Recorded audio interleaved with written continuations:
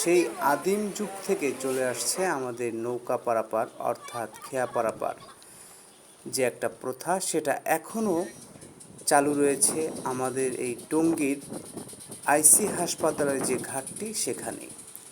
এই ঘাট থেকে প্রতিদিন সকালে বিকেলে দুপুরে সব সময় টঙ্গী বাজারের উদ্দেশ্যে বিভিন্ন মানুষ, মালামাল এবং গরু ছাগলও পার হয়ে থাকে। গরু এখন পার হয় না, বিভিন্ন সময় ছাগল পার হয়ে থাকে। বিশেষ করে মানুষের যাতায়াত এখন বেশি। এই নদীটি ছোট্ট একটি নদী, দুপাশেই আগে গ্রাম ছিল, এখন অনেক দূরে যেয়ে সেই গ্রামটি গড়ে উঠেছে। আর দুপাশেই বাজার, ঘাট, হাট, বাজার, স্কুল, কলেজ, মসজিদ, মাদ্রাসা, মন্দির, বিভিন্ন ধরনের প্রতিষ্ঠান গড়ে উঠেছে এই টঙ্গী বাজারের ঘাটের সংলগ্নে। বন্ধুরা, আসলে এই ঘাটটি একসময় পার হতে খুবই অল্প টাকা লাগতো, কিন্তু এখন প্রতি জনে 10 টাকা করে পার হয়। আসলে এখান থেকে খুব সহজে আপনি টঙ্গী বাজার ও আবদুল্লাপুর যাতায়াত করতে পারবেন মাত্র এই 10 টাকার বিনিময়ে। এই দেখুন, এই মাঝি ভাইটি প্রায় 10-15 বছর যাবৎ এই নৌকা চালিয়ে তার জীবনযাপন করছেন। আসলে এমন হাজারো মানুষ আছে যারা এখান থেকে পারাপার হন আর এই নদীর সৌন্দর্য উপভোগ করেন। আসলে এখন বর্ষাকাল, সেজন্য নদীর পানিটা খুব সুন্দর দেখাচ্ছে, ফর্সা সাদা দেখাচ্ছে। বাচ্চারাও গোসল করতেছে খুব আনন্দে। কিন্তু কিছুদিন পরে যখন বৃষ্টি থেমে যাবে, তখন নোংরা পানি দিয়ে এই নদীটা ভরে যাবে। তখন এই নদীর দিকে তাকালে আসলেই বমি চলে আসবে। এখন কত সুন্দর দেখাচ্ছে, টলমল করতেছে পানি।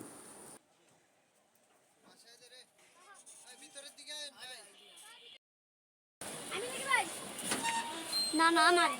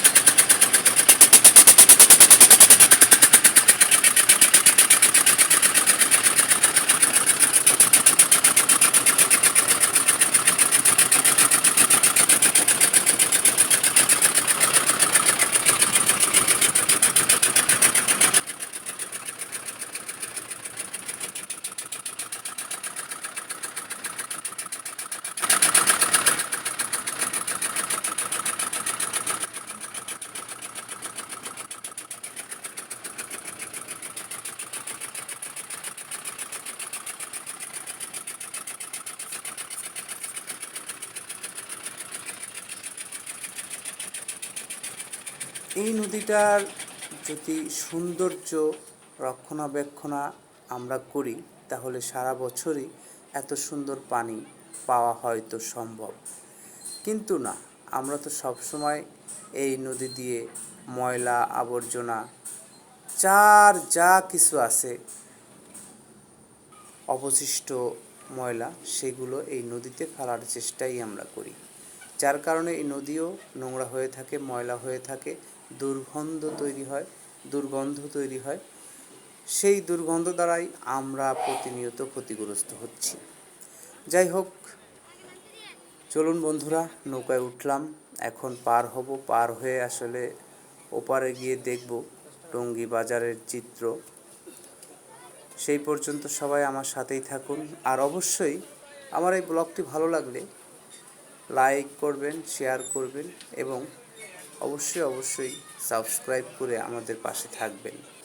আপনাদের অনুপ্রেরণায় আমাদের নতুন ভিডিও বানাতে আগ্রহ যোগায়।